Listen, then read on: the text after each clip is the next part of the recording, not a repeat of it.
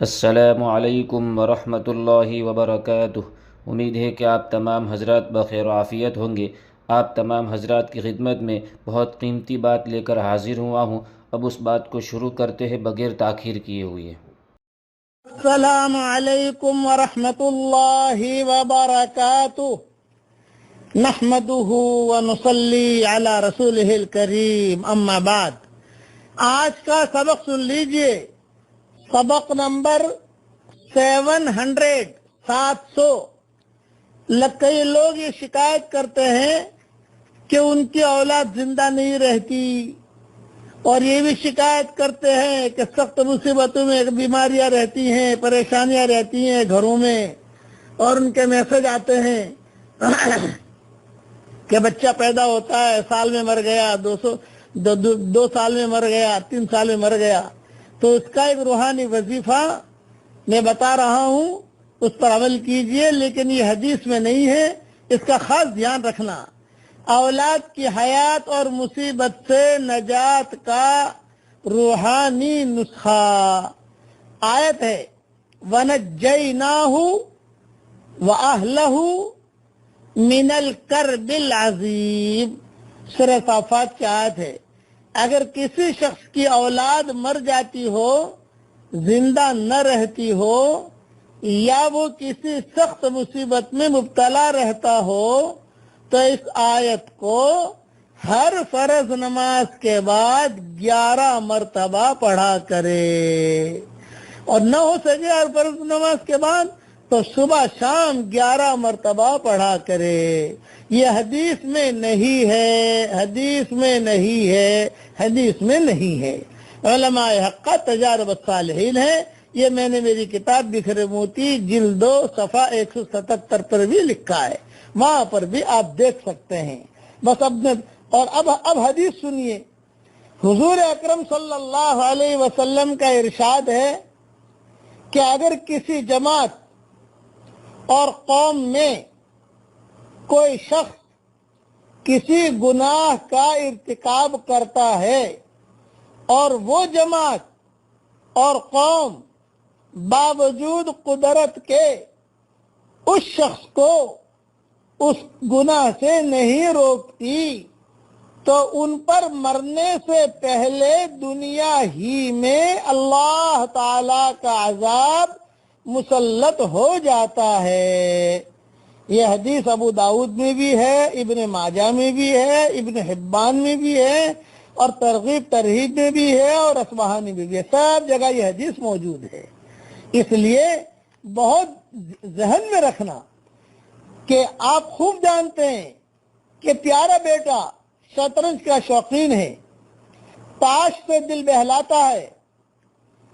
Cinema دیکھتا ہے، شراب پیتا ہے، لڑکیوں سے اس کے تعلقات بھی ہیں، اور آپ جانتے ہیں کہ بیٹی کے بھی ناجائز تعلقات ہیں، موبائل پر بات کرتی رہتی ہے، وہ ہمیشہ واٹس ایپ لیے رہتی ہے، اور آپ کو یقیناً ہے کہ یہ کہیں نہ کہیں غلط کام میں پھنسی ہوئی ہے، لیکن کبھی بھی ماں باپ اسے ٹوکتے نہیں ہیں، بلکہ اس کی ہاں میں ہاں ملاتے جاتے ہیں۔